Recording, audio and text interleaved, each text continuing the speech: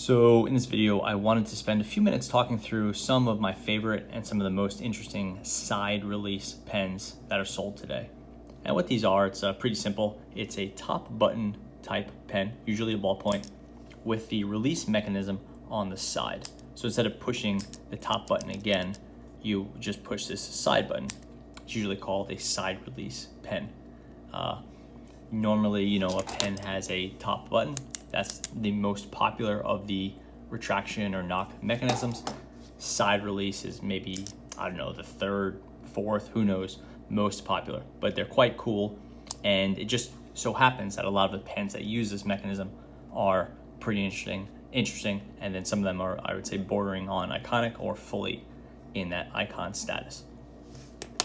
Here are some of them. We'll run through them all during the course of this video. And I'll start off with the most famous of them, which is what I was just holding. That's this.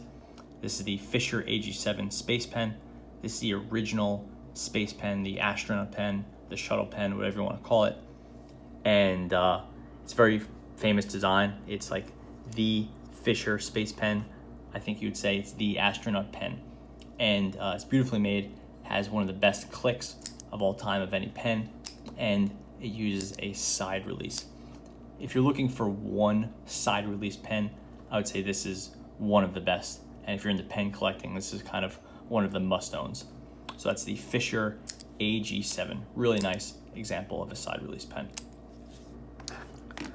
The Fisher Space Pen Company has, of course, the AG7, but they also have a pen called the CH4, which I've talked about before. And then this is the B4.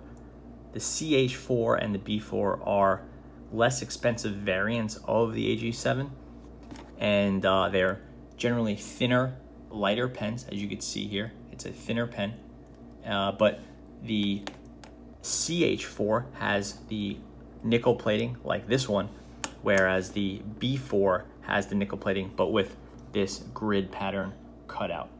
So they're essentially the same pen, but the B4 has the grid. This pen also uses that side knock mechanism. It's not quite as well done as the AG7, but it's still quite nice. It works really well. And if you want a good side knock pen, the CH4 or the B4 is a great way to go. You lose some of the finesse and some of the really nice inner mechanics of the AG7, but it's still a really nice pen. And like for general writing and note taking, I actually do tend to prefer the shape of the CH4 or the B4 over that of the AG7. Another pen that is has been around forever that uses a side knock mechanism is this. This is the Monami 153. This is a Korean pen. This design has been around since I believe the 60s, maybe the late 50s, and it's same sort of thing. Push the top, can't push the top anymore, you release it from the side. This one's really simple. It's not even really a button. It's more of a release. But, all of these, it's not really a button. It's a release. But this is a really cheap pen. This is one of the ones that sells like, a 12-pack for $5 or something like that.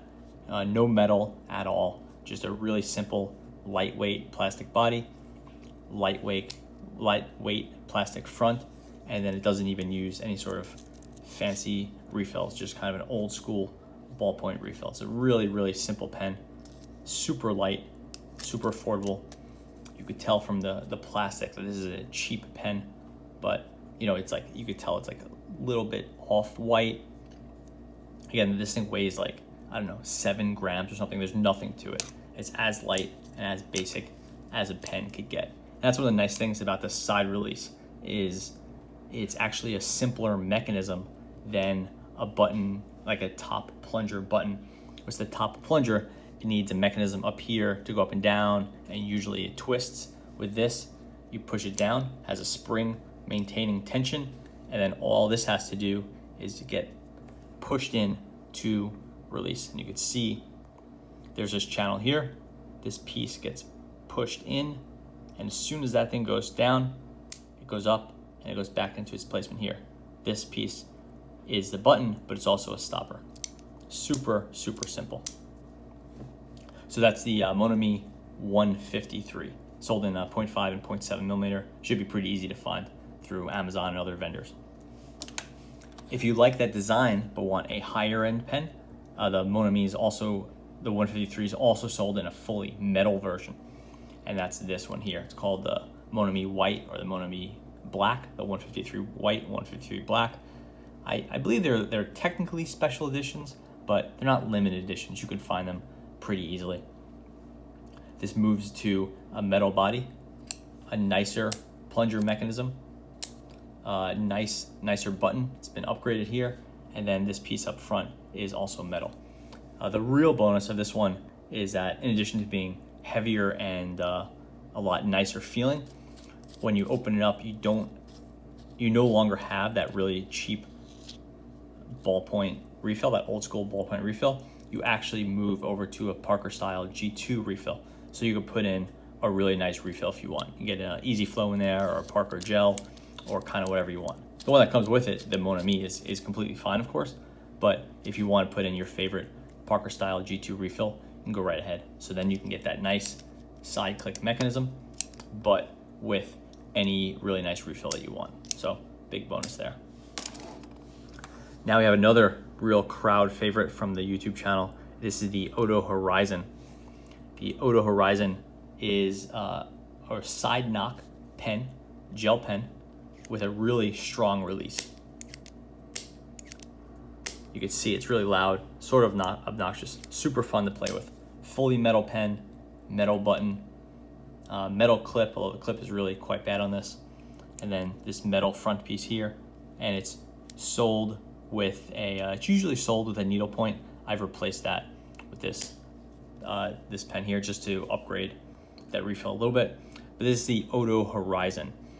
You have to be careful because some of the Odo Horizons use a side release, but if you buy the Odo Horizon gel, if that's the name, it will actually have a top button that pushes up and down, and that's sort of a newer, less expensive model. So be careful when you're buying it. Look for it to specifically have the side release. And if you see something called the Odo Horizon, like the Euro or European version, then that will be the one you want with the side button. So keep an eye out for the Horizon. It's a great pen, but make sure you're buying the right one. Here we have another real icon. This is the Bic M10. So when I say icon, maybe it's not like a design or style icon, but this is a pen that's also been made since the 60s. I believe it was, it recently had its 60th anniversary. So maybe it was made like late 50s, right around 1960, right around there was when it was first released. And I'd say this is probably Bic's maybe cheapest and most affordable pen. It's really, really stripped down, kind of has that old school, 60s space age type design. And it's really as light and as cheap as a Bic pen could get, or basically as any pen could get, but especially for a Bic. So we see it has that sort of torpedo or spike shape similar to the AG7. In fact, the pens are like shockingly similar, and they came from a pretty similar time. I believe the AG7 came out a little bit later, but again, from a very similar era. So, tapered shape, does have some light, see if we could pick those up, some light grooves here for grip, although you could barely register them. Plastic body, really lightweight. The clip is made into the body, so if that clip breaks, you're kind of stuck with it. Really skinny little top button here. I actually don't really like the top button. And then it doesn't even click down, it just sort of mushes down, and then this piece springs out. This feels like it's part, like I haven't been able to take one of these apart without breaking it, but this feels like it's just a piece of the button. There's nothing fancy going on here, it just kind of mushes out. You can feel it's like not a very firm or distinct feeling. It just sort of squirts out the side, then you push it and it releases it. This is an old school ballpoint. I don't know if you can take it apart. These pens are not refillable, so maybe you can't take it apart. That one is stuck in there pretty good. I'll try and see if you can get at it, but I know it's not refillable, so maybe you can't get it out. I think what you have to do with some of these pens is you actually have to pull it out from the top, which usually means breaking the mechanism because they're like inserted in there at the factory. And this piece is designed to get inserted, but not to ever leave. And that's the case with this pen we'll get into in a second. So this right here is the Uni or Uniball, but it's the Uni, the Japanese company. This is called the Limex. The Limex is a copy of the Uni Boxy 100, which is their sort of famous pen that they've made since forever, since I believe the 60s or maybe early 70s. And the pens are the same. The Boxy 100 and the Limex are the same, but the Boxy uses a plastic body, whereas the Limex uses this actually material called Limex, which is actually like a mushed up stone. It's sort of like a paper mache, but out of crushed stone that's held together, similar to plastic, but it's not a plastic. So the Limex and the Boxy 100 use the same design, but the materials are different. The Limex was just released, I believe in 2018, maybe 2019, and it's another super affordable pen like that M10. So this uses a really simple side release mechanism. Let's see if we can get it to zoom.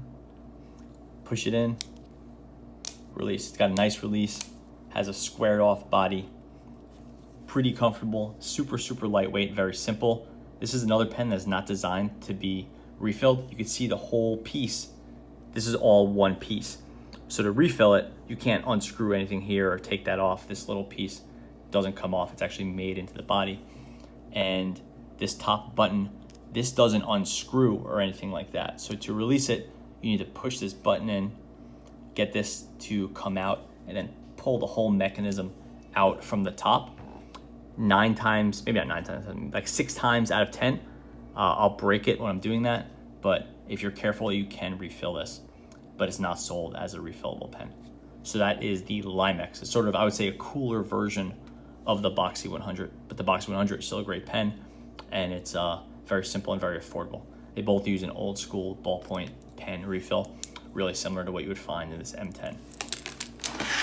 So that's my run through of side release ballpoints. There are side release pens, other side release pens, and there are some side release pencils, I guess, and then maybe the Oto Horizon is not technically a ballpoint, but generally speaking, here's some very cool side release ballpoints. It's just a cool trend, and it's something I would like to see more of.